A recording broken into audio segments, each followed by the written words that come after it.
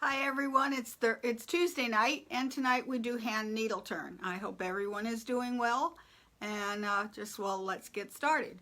I think last week we had stopped off at the point where we cut out the design, or I traced it. If you don't know how to do this, go back and look at last Tuesday's broadcast and it'll show you how I came up with this, and it also has on there where I got the pattern from too. So anyway, here I've gone ahead and I have traced it onto my applique fabric, which is the blue, and I've traced it around with actually I used a friction pen or Frixion, however you call it, and then I've just pinned it into place. Just a few places, pinned it into place. Now we're going to prepare this for applique. So what we're going to do tonight is we're going to talk about what to do next on this, and then we're going to talk about some techniques on how to get sharp points and sharp indents, as well as how to do a real narrow band. I know we don't have a band on this one, but it's good to know how to do that stuff. So you can tell that I can now pull off my paper. Now let me just. One nice thing about using freezer paper is that if I'm making more than one block, I don't have to cut out another pattern or trace anything else anymore. You just iron it to the next piece and then you reuse this. Okay. And see, I just have it pinned into place, and see, I use the friction pen and you got a nice thin line all the way around. Next thing I want to do is base this down, and I'm not caring what color I'm using, and you could hand baste it in. I'm not going to hand baste anything. I'm going to be doing plenty of hand work here as it is. So what I'm going to do is go to my machine and I'm going to cheat. And I'm just going to quickly baste it together. So what I'm going to do is put my stitch length on a fairly long stitch, and I don't care what color I have, and I'm going to go about 1/4 of an inch in. Whoops, and if I don't get it, that's fine too. Come around here.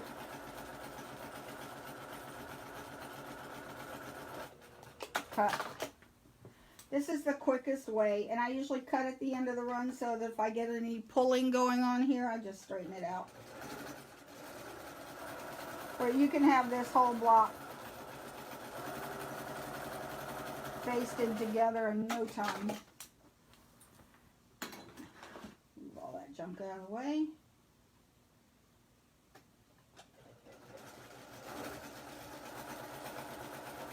Let's see, where did I go from? Oh, here we go. I'm just going to go around here.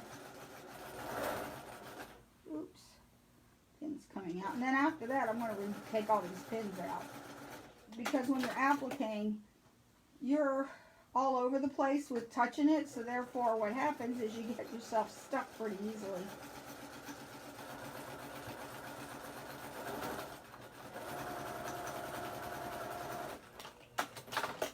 And I might just come in, just cheat and come up through the middle.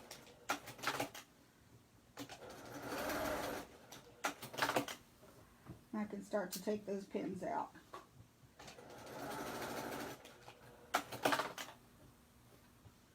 Take that out.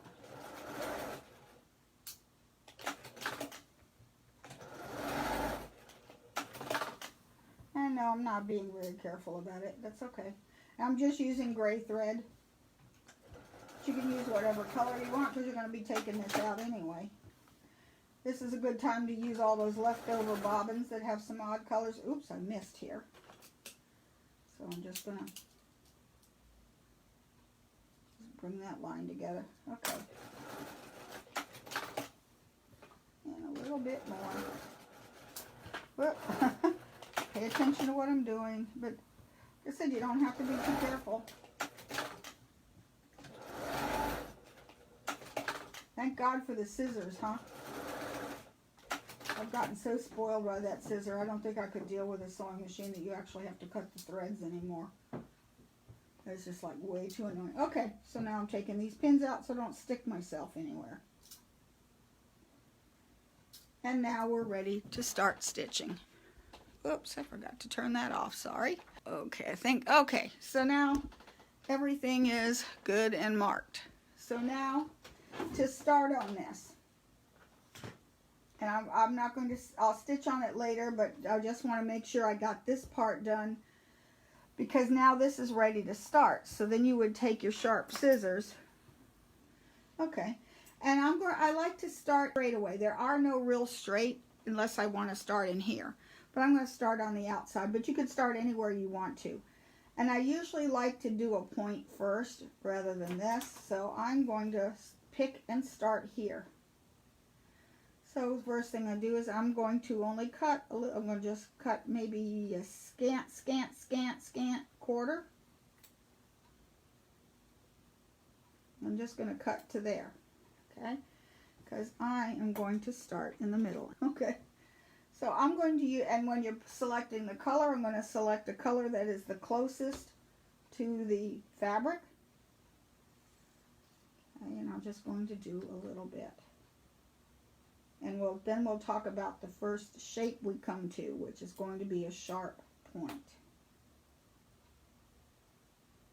There we go.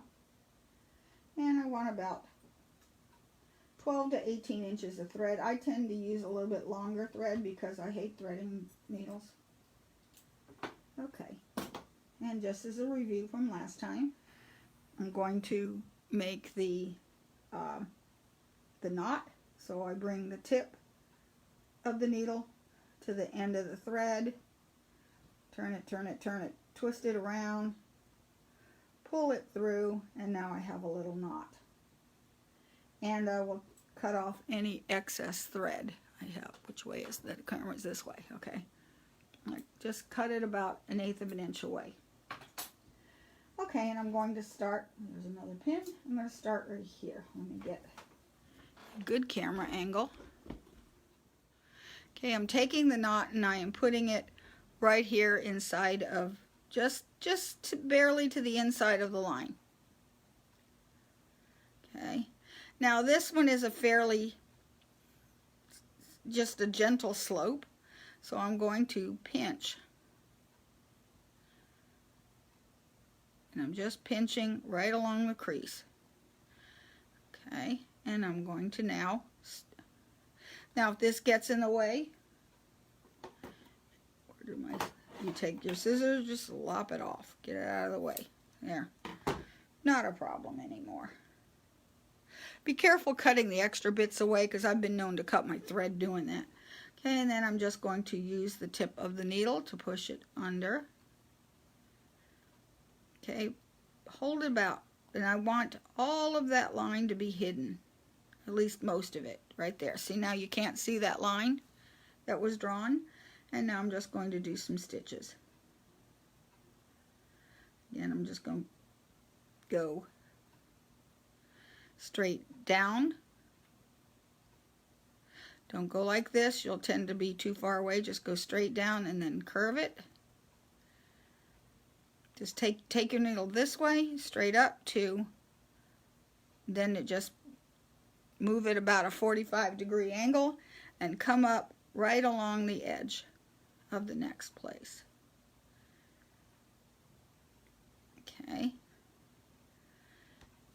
And see, I'm getting to thickness, so I want to go ahead and, okay, and notice I've got a little bit of basting stitch here. I'll just clip it out so that it's out of the way. And just get rid of that. And then trim this 1/8 of an inch.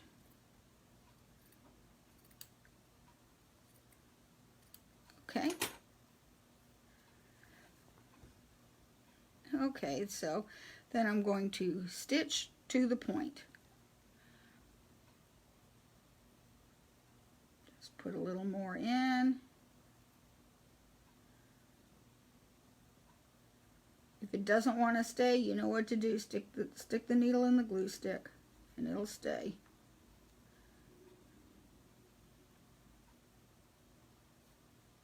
See, I'm going to end up using this. Now, remember, your stitches have to be at, see the length here? Those stitches have to be slightly shorter than that length. Otherwise, the seam allowance will work its way out. And you don't want that to happen.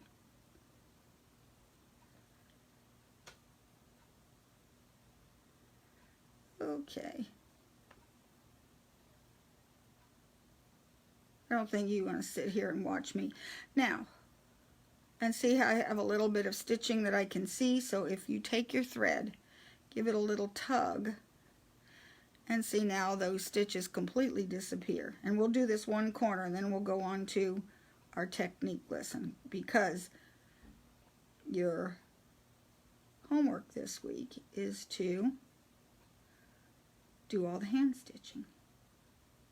But I'm going to tell you how I'm going to handle all this afterwards. Just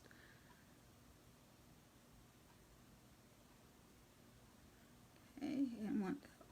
See, it's not staying over here, but I'm not there yet, so don't worry about it.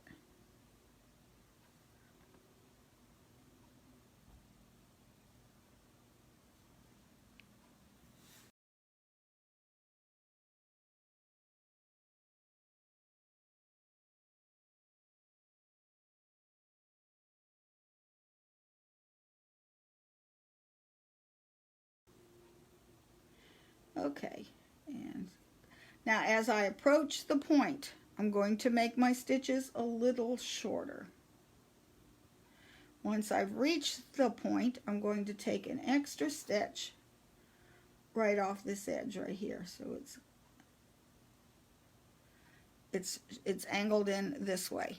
Okay, whoops, I don't want to loop it, and give it an extra little tug so that it sort of locks it. Okay, and then we're going to cut the other side. Let me get this thread out of the way. Sorry, I didn't mean to hit the tripod.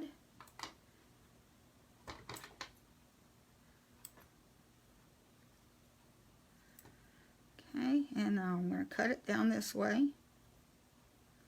Same length. That's enough for now.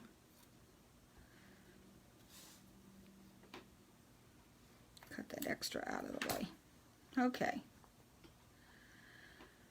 So then I'm going to usually stick my fingernail there and crease. And this time you can also, if you've got a long way to go, then what you do is you just crease along the whole angle, the whole line. Okay. Now I'm going to fold this back along the line that I drew, and see this little triangle right here? I'm going to cut it from the crease here to the middle. That helps to reduce the bulk. Okay, and now I'm going to sweep that in. Sweep this side, grab it just about 1/4 of an inch down the line, and poke it in, and poke in about 1/2 inch. Okay, once you grab that, you take your thread and you pull it, and now look at that sharp, and then you can tuck it in really nice, and now start stitching along the next line. And you just keep on going. I'll just do a few stitches and we'll take a real good look at that. And yes, you're not going to, probably the first couple times, you're not going to get a point this sharp. But look how sharp that point is. And that comes from a few things. A, using a batik fabric, or a fabric with a very high thread count, and fine fibers. You can't get a sharp point if you're using something as thick as burlap. Look how sharp that point is. It's really nice. But if it's not perfect, I'm going to give you a technique on how you can make it perfect. Okay? Alrighty, so let's go on to some and then I would come along here. So I'm going to just leave this here for now. Okay, so let's go back to the technique book. And while I'm setting things up, I just wanted to show you a couple things I've done. I think I showed you last week the big harvest one. This is what we did last month, is a needle turn, but it was same sewing techniques, except this was all pre-turned using the rinse away, tear away stabilizer. So that's done. Okay, this one I started years ago and I have never finished it. This is, can't remember the name of the author. I'll look it up and put it on the Facebook. This, because this book is out of print now. It's from a book called Hearts and Flowers. And this was also all traditionally done needle turn. Same thing. Just like that. Now this was a combination of techniques. This one, not a Hawaiian block, which is all one color. It's essentially a whole cloth. You can get away with basting it like this. Okay. This one, if you look at the technique that I used to mark the Halloween one using the vinyl. Okay, that's what I did. Oh, no, I didn't. This one I actually marked it on the background because what I wanted to show you this was band work. As how to get these nice bands, you've got to draw on the background. What I like about this is that this book it's called Hearts and Flowers, and I'll see if I can't find a picture. Sometimes you can get them on like thriftbooks.com or on eBay. You can probably find them. Is because this was a nice beginner one, because every block you did was sort of built your skills on the last one. And so here we go. Yeah, this was like the beginner block, and each one got a little more difficult. I don't remember which one is. And you'll see they got bigger here with more points. I'll just show you the different blocks. There was this one. This one was a bunch of pieces. Nice band work. This one I think was the number 2 one, which was a flower. I like hand or needle turn, especially when you're doing like a Baltimore album type quilt, is because of the fact you can use scraps. This was a neat, nice, easy one. This is their start. See, they get just that. See, now those were before I learned how to do pretty points. See, those are rounded. They look terrible. Could I go back and yeah, oh yeah, I can even see thread sticking through. Yeah, I didn't know what I was doing. And I think, I mean, they would get better the more I worked on it, but then I think this was the last block, the hardest one. It's upside down, but it's got lots of layering pieces on there. So, and a little tiny band worker. So, what else do we have? We have a rose. I like that one. And then, let's see, we got one. I think there's what, 9 or 12 blocks, something like that. Okay, these are upside down, but and see, there's a sunflowers or lazy Susan, black-eyed Susans if you live in Maryland. And then there's, so it was a fun one to do. What I'm going to do with it, I don't know. I started to embroider a border, that's why it's not finished, and now I don't have any more of the fabrics. That's the background, so I think I'm just going to have to find something else and finish it. So like I said, you can use these techniques for a lot of stuff. Again, I'm going to refer to Lu Shen's book, because she's got, what I like about this book is it is also a skill builder's book as well. And this one you can still order from her. But see, here's all the basic shapes. And if you can master these 6 basic shapes, there's no applique you can't do. And you start out with the beginner level where you see, like, here is a curve and it's gentle. And this is a convex curve, concave curve. This is convex, this is concave. Then you've got a band, and then you've got an indent, a point, and a circle, until you get to the master level where things are very, very tiny. And yes, it is possible to do a circle that small. Maybe next week. I got to practice it. I haven't done it in a long time. In fact, Lu Shen even gives you some, see, you can also watch her video, that she has these series of butterflies that start at level 1. And they keep getting more and more complex, and these are practice pieces for you to do. Like this is what she says is the easier one. When you go on, it's smaller. And now it's getting bordering on insane and completely insane. And Yeah, this is the ultimate. And now here's where she's talking about you've gotten completely out of your mind and you're trying to do something. Look how tiny. That's like less than 1/8 of an inch. Okay, so let's talk about doing a band. I know there's no bands on this one. You can make your bands in different ways. You can use you can create your band using bias bars, and they come in, you can get them in either metal or you can get them in plastic. I have them in metal. I'd recommend that if you do get bias bars, get the ones that are made of, I think it's silicone or some kind of plastic, because these things will burn your hands. Because what you do, in fact, here's a piece. You take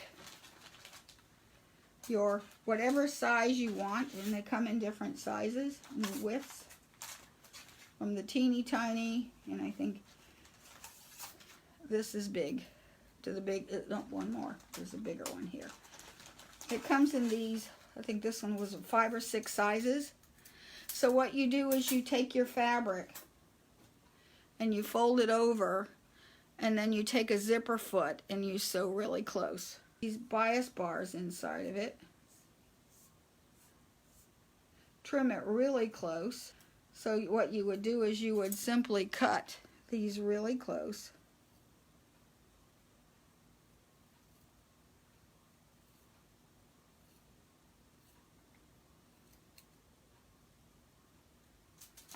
Okay.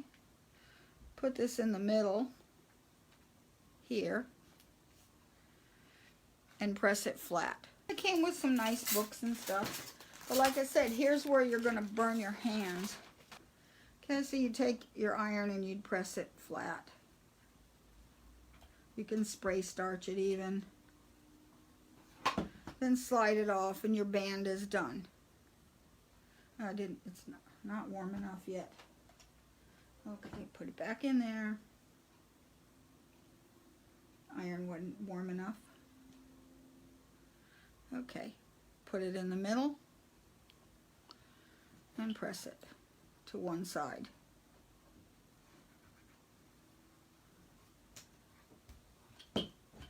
Heck, you can even spritz it with some water. Ha. And then that's really, really gonna flatten.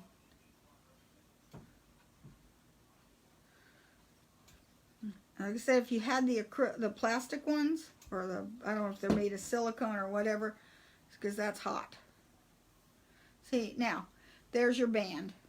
And it would go on neatly. Okay? And then you just sew it on. Just like we would with the same way we'd sew everything else on. You'd put now this is going to be a little on the thick side. And I could do one smaller, but I'm going to be limited to the smallest of my bias bars. So I want to go even shorter. So what I do is I make one with the clover thingy. Where'd it go? Bias tape maker. And I cut 1/2 inch bias strip. Come over here. Okay, and I'm just going to press that because it came unpressed.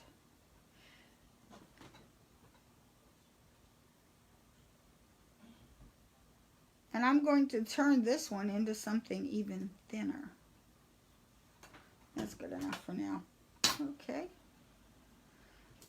I'll just make a small band. I'll cut the icky part off. And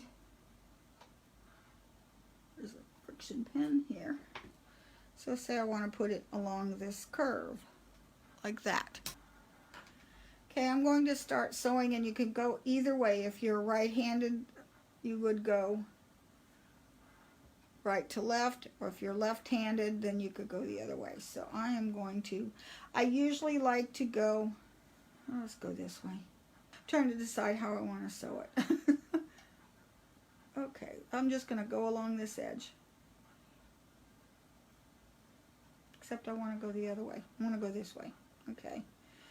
You can glue them in, but I'm not going to. So I'm going to simply, I'll start stitching here. Start inside the fold.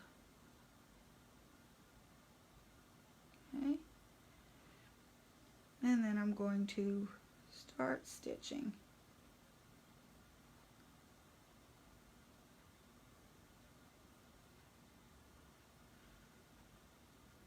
Okay, and again, yeah, you wouldn't normally see this if it were brown. You wouldn't use brown thread. Again, I'm just taking that curve. If I were doing one this wide, I'd probably press it into place and using that glue to hold it down. But I'm going to make a teeny tiny band.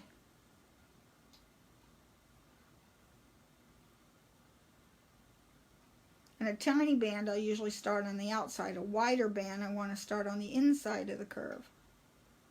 There we go.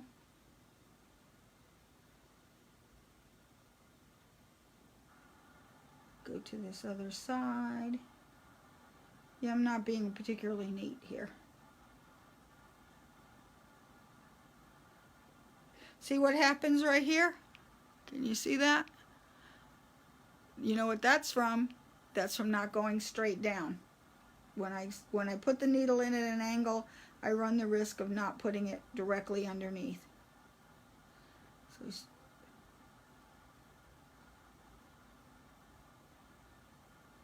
So you want to try to stab it in.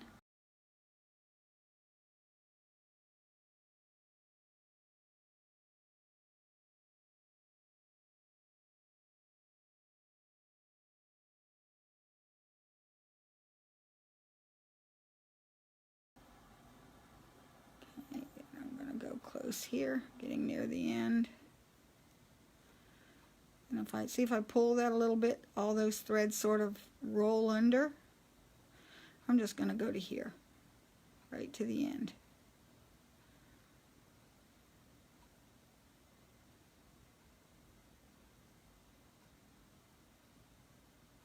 And I'm going to take a stitch in place and just put it in one loop to lock the thread when I come to the end, okay? Because now what we're going to do is now I'm going to do it on the other side, making a teeny tiny band. Let me cut. Don't need that. Okay. So in order to get it really tiny, that's why we did a lock over here, is you're going to reach underneath here and cut this as close to the stitching as you can.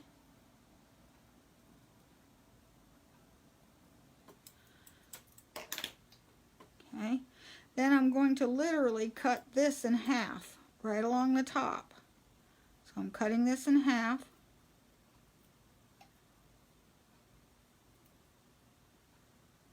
Because that is going to be little.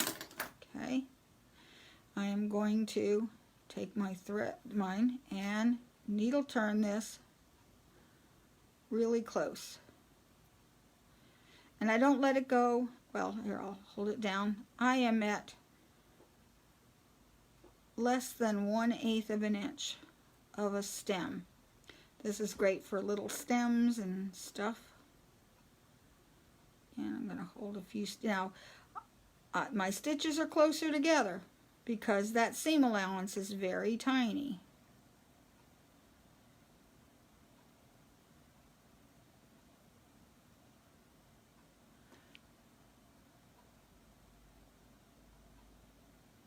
I'll do a little further apart just to get it done. I would not leave it like this. If I were actually doing those like 1/4 of an inch like I'm doing, I would come back and fill in with another stitch. Okay, come over here. And if it's giving you a hassle, see how that's not wanting to turn? Glue. Open, there we go. And a pin. It's like, is it magic? No, I just have no patience whatsoever. So I'm going to just roll that and tuck it under. It'll stay.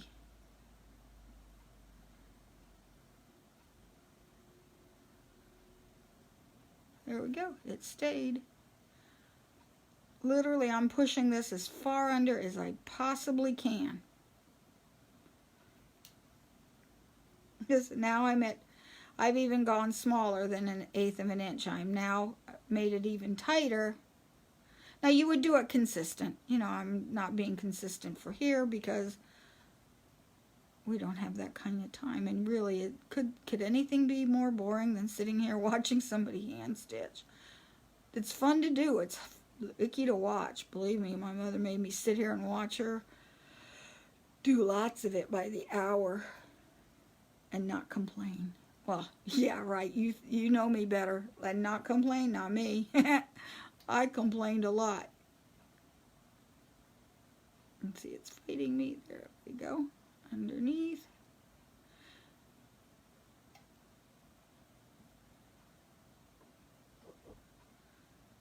Yeah, this one would not hold up to washings because of the fact that the stitches are farther apart than what I'm tucking under.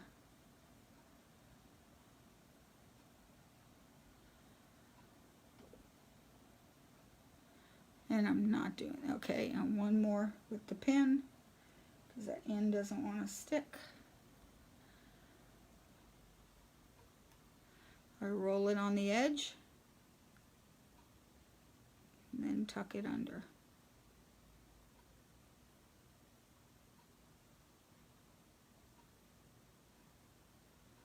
There we go. Then don't let go. Once you got it tucked, hang on to it until you got it stitched. Even if you have it stitched big, you can always come back and fill in stitches in between.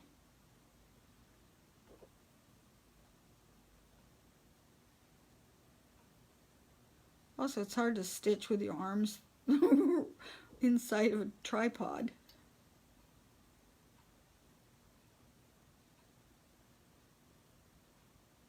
And one more. And yeah, I probably should have a thimble on, but I didn't put it on one. I didn't put one on because I don't like them. Okay, and so I'll give that a little tug. Okay. Look how tiny that band is, and that's doing it sloppy. Yes, it is very little, and it is easy to do. If it's fighting you, this stuff is magic. I don't know how I ever survived life without Elmer's washable school glue. Okay, any questions on the band? Like I said, you can get little tiny bands. Okay, so now let's talk about another shape.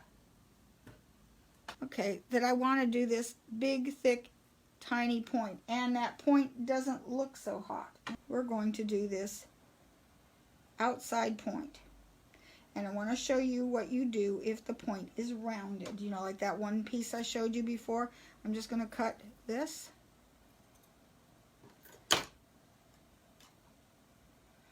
Actually, I'm going to cheat and just pre-fold these by folding them. Using my fingers to pre-fold them.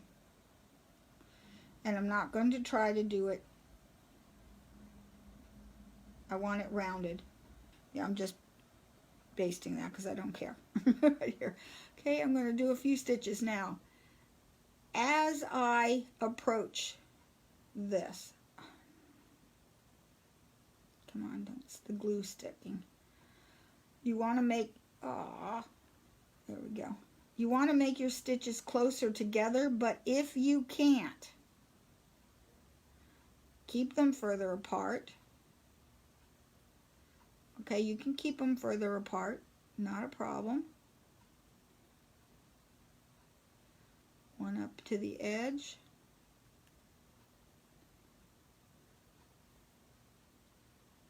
Okay, and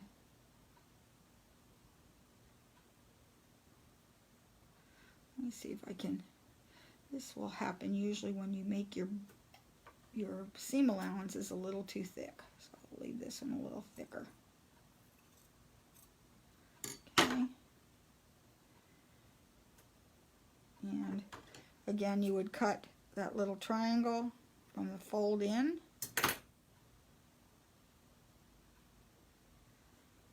And sweep under.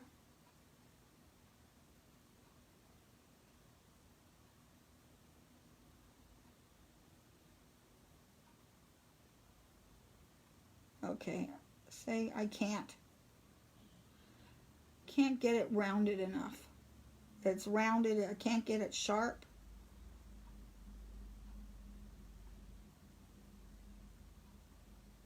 And this will happen. You'll have some fabrics that aren't going to cooperate, and I'm going to show you how you fix that in a minute.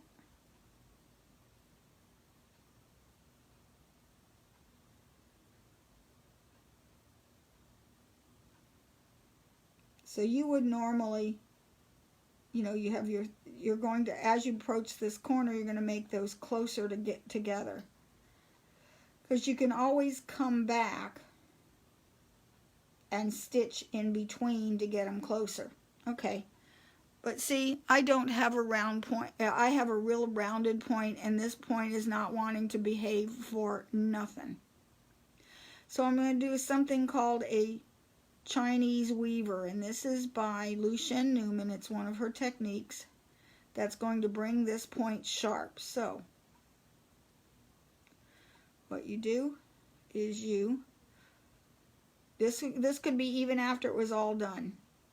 I would come out here, and I'm just going to make a little knot so that it doesn't pull. Got the hiccups now. Okay. Okay, and then there. Okay, I'm just knotting it there just simply to keep that from pulling down here. Usually I do this with a separate piece of thread that I'm going to come up from the center, like you can see the center right here. See, like that's the center of my block. I want to be about 1/8 of an inch away, but I want to come up inside of the seam right there at the fold. Then you're going to pass this needle back and forth from one side to the other, from fold to fold. Come over here to this fold as many times as you want to. And see where I've got that real icky part? I'm just going to come on the inside of that.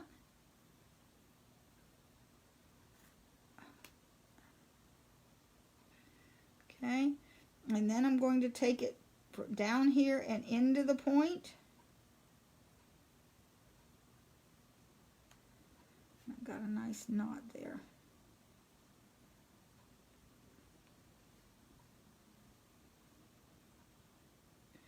Come here.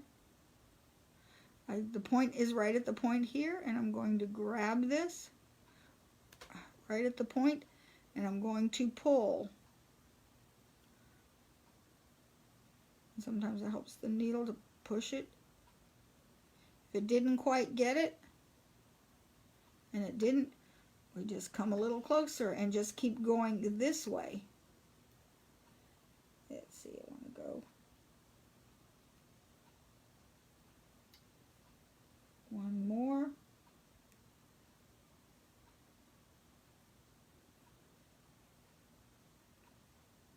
Get that needle where I want it to go.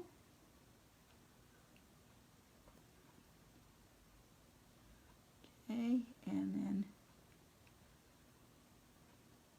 when I'm at the end and I'm happy with it, I'm going to take the needle from one of the sides right up to the tip, pull it through the loop, pull really hot, break your thread. That's because I was fighting it really bad and I had a nasty knot. But look how it did break, but when you pull that thread, it pulled these sides in, and look how sharp that is, and it was fairly rounded. So that's called the Chinese weaver. So I cut that, and I want to cut this right to the point. So you want a good pair of scissors that are sharp all the way to the point. And again, I'm going to pre-fold some of this just so that it saves some time.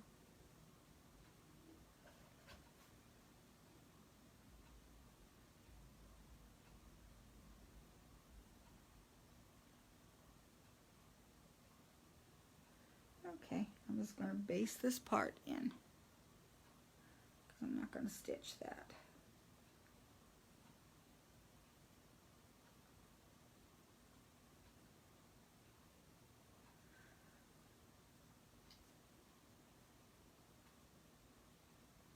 the line. Okay, so here we go.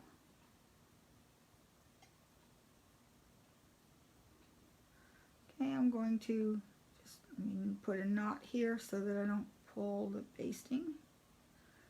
Alrighty, so I'm going to do fairly about 1/4 inch stitches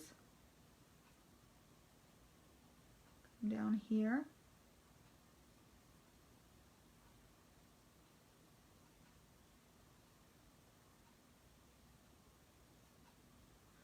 Okay, I always will sweep from in to out.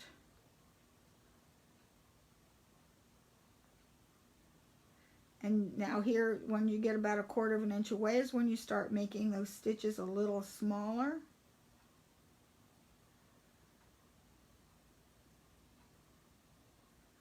Till I'm right near the end.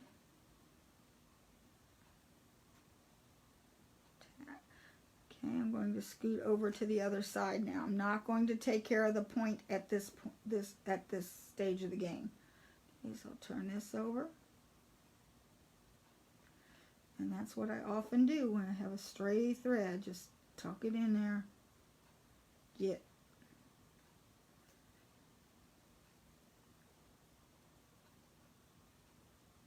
There we go. And that stray little thread is being silly. So I just want to tuck it in. There we go. Alrighty. So I'm coming in this side. I'm going to come up this opposite side. Right across. And then I'm going to do, if you can see, I'm going to do a few stitches.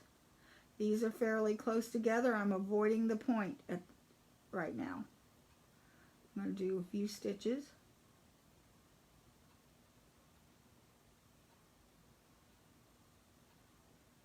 I'll do like 3 close together. But I have a kind of rounded point.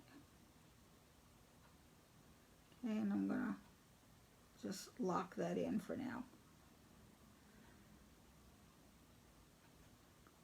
Okay, I didn't get the end at all. See, I left the point alone because now I'm going to stitch in between. So I'm going to come in between the stitches.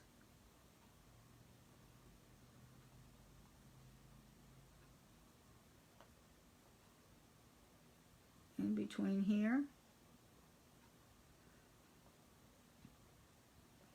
In between here, and now I'm going to go into the point. Okay, into the point. I go into the same hole, but I don't catch the background fabric. So I'm making a big loop around here. That makes a loop. And then I'm going to come up the other side. Put it in the same spot, and now start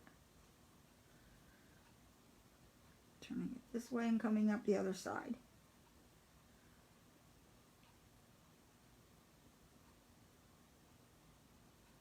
And then just take now here. Now I've gone in between. Ah. Yeah, there. Yeah, it helps to talk to your fabric and to tell it off. And then you fill it in between.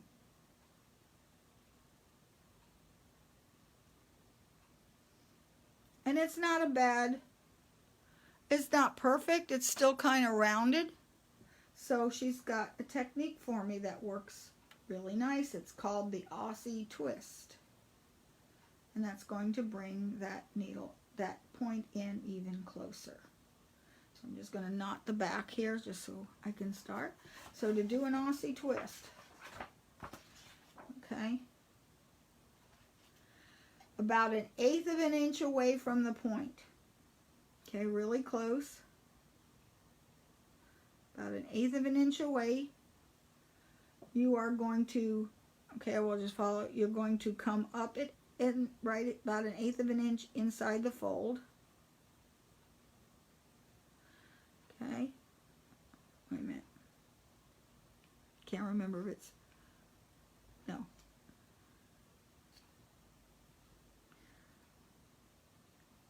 Okay, I'm going to are just coming up here because I'm going to go back down in the same place. So I'm going to have my, it's come up here, and I'm going to go down in the background fabric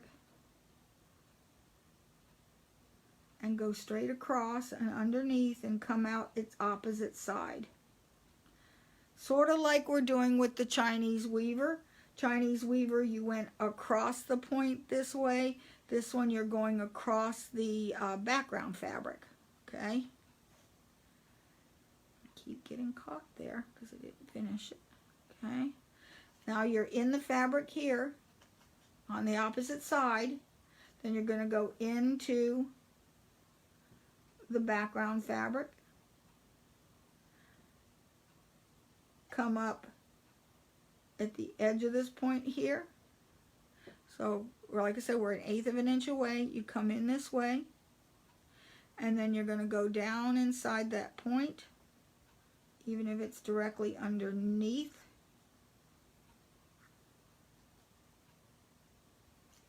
Okay, and then I'm going to pull. It will bring, let me see if I can, so that you can see it, okay? So anyway, I came up here on this side, went down into the background fabric, across to this side, came up here, down in the background fabric, up at the point, and then down underneath in the same point. So now when I pull it, look what it did. Look how sharp that is. That is super sharp. And then you knot it. You make a knot on the back and you continue on. But what it does is it manipulates that background fabric so that you end up with a really, really sharp point.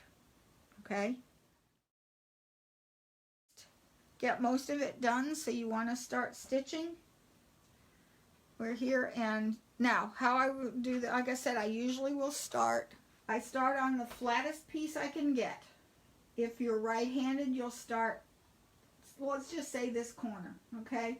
And then work your way around. If you're left-handed, start at this corner and work your way this way. Once you come around, then what you want to do is this center block is, I'll do that last, and as you're going along, you can start to just pull these basting stitches out. Just clip them and take them off. Now to do we have another piece? There we go. To do an inside curve like that. So I'm going to just cut. Let me draw it first because I can't do anything.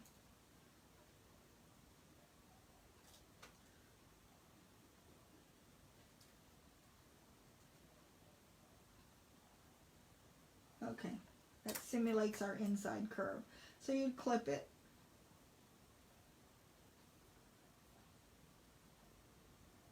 And this one is actually one of the easier ones. So you would clip it and then clip all of these curves. How many clips you need depends on how steep your curve is, but this one is about what that is over there. So I have a straightaway. You have a straightaway, so you clip there. Cut right up to the line, but do not cut the line.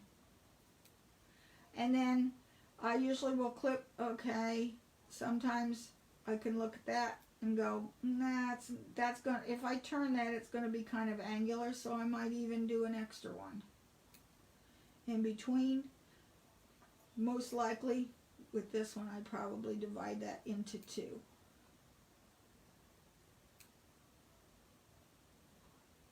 And then I won't get any angling going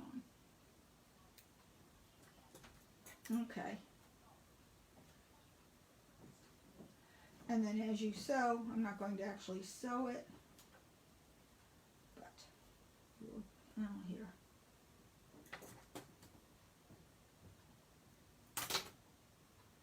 I'm going to cheat and do a sloppy knot. Okay.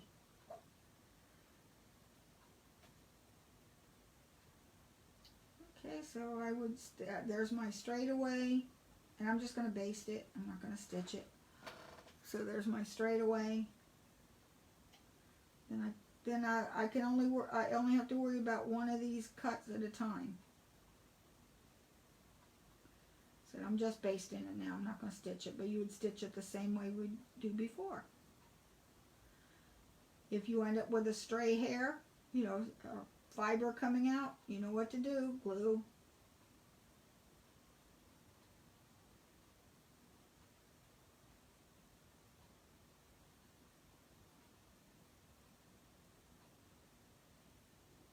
Oops, there was one there. I'm getting brave here. Taking big stitches.